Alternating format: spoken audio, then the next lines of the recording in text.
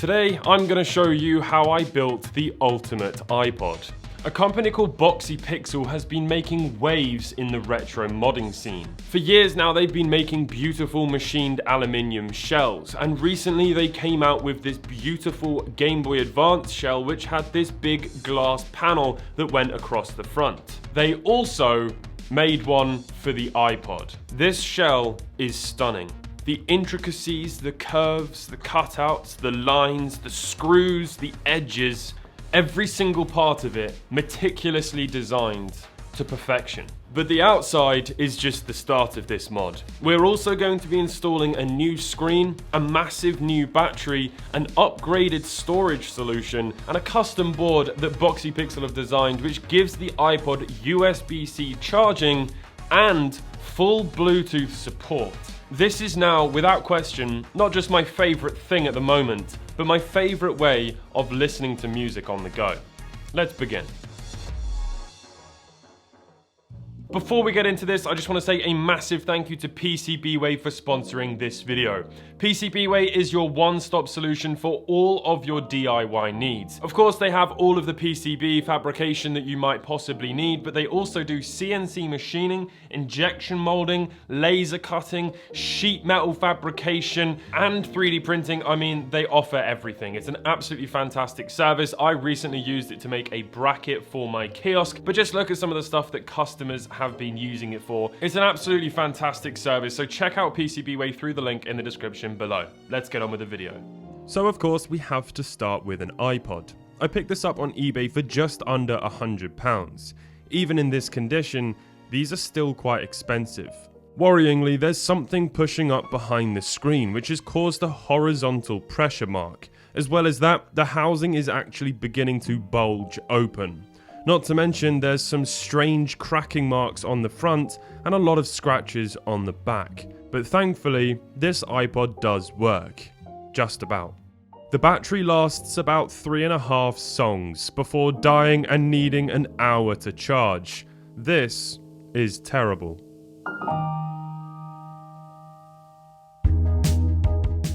So let's start by taking the iPod apart. This is done using a pry tool. You just wedge it in between the front piece and the back shell and slowly pry up the tabs around the edge, and eventually it'll open up enough for you to just pull it apart.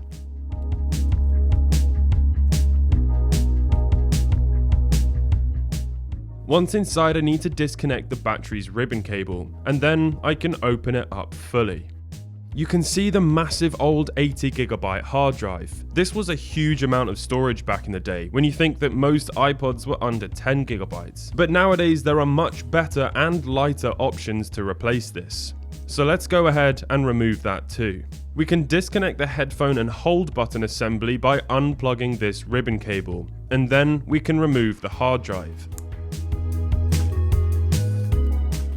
With the back off, we can see why this was having so many issues. The battery is on the brink of exploding. It's probably a good job we're replacing this. Next up, we're going to unscrew the frame holding the remaining components in. There are 3 Phillips screws on either side.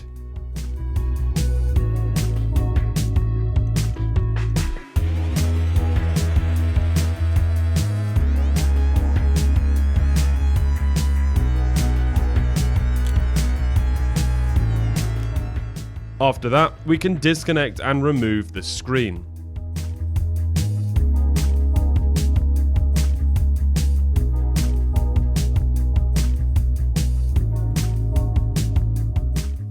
The click wheel is stuck to the frame to ground it, as is the motherboard. So after peeling these up, we can remove the motherboard from the frame.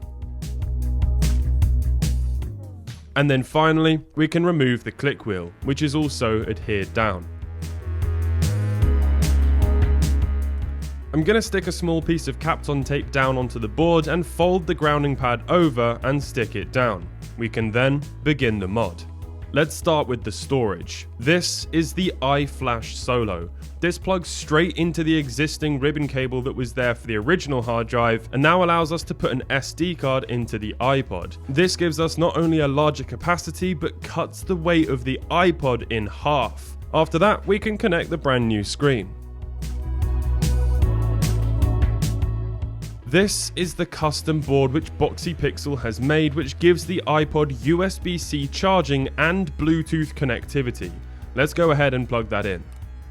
With that down, we can now plug in the massive new 3800 mAh battery into the iPod. This is several times larger than the original 600 mAh battery that was in here originally.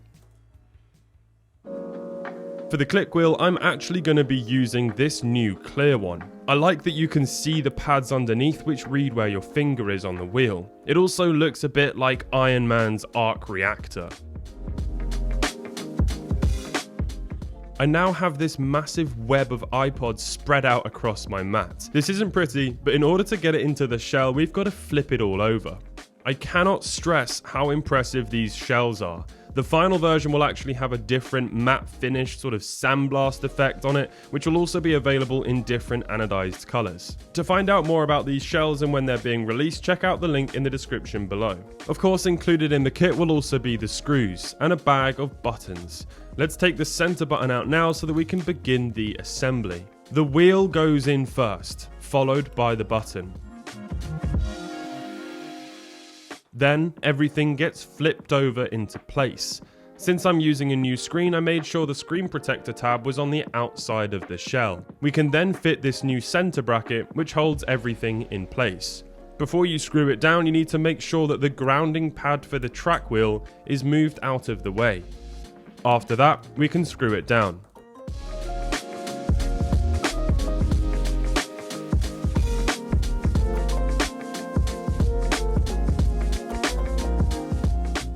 Once it's in, I give the buttons a quick check to make sure they're all pressing properly, and then we can fold the rest over and screw down the board.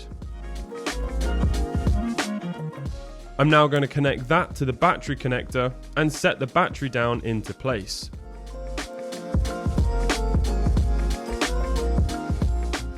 The ribbon cable was fighting me, so I put a little kink in it to get it to sit down properly. Now, I'm going to install something optional. This is a haptic engine from an iPhone. Usually you have a small audible click on the iPod when you use the wheel, which is very satisfying. But Boxypixel have taken this one step further. The click is still present thanks to the small speaker that's on their board, but they've also given you the ability to add a haptic engine. This will give you a very satisfying vibration when you hear the click. We're going to start by peeling up this sticker to expose the contacts. I'm then going to place a small piece of Kapton tape on the pads we won't be needing, and then I can tin up the pads on either end. Then I'll take some wire and tin that up too, and then solder them into place on the haptic engine. With that done, I covered it in Kapton tape and adhered it to the iPod with a foam pad. This will help secure the internals down when the back housing is fitted, and also keep the haptic engine pressed up against the back of the iPod. We can then cut, strip and solder the wires into place, and it doesn't matter which way round these go. Before we fit the new back housing, we've got to pop the little sliders in. Look at how brilliant these are. Boxypixel have absolutely smashed this.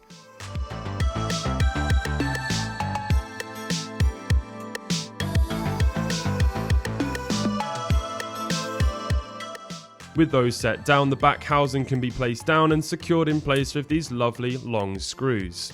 This gives a very nice pop of a rugged industrial prototype feeling, which I am a huge fan of. Make sure you also include the little Bluetooth reset button before you secure it all down. These screws can then be tightened down with a hex bit.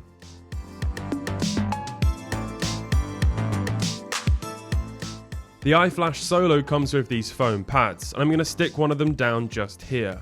I can then peel off the screen protector and set down the new stunning glass panel onto the front of the iPod.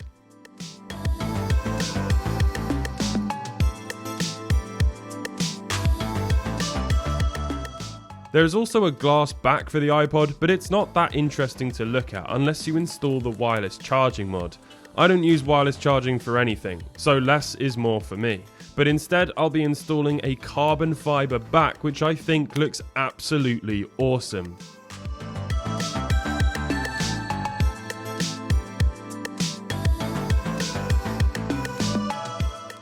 And with that on, it's done.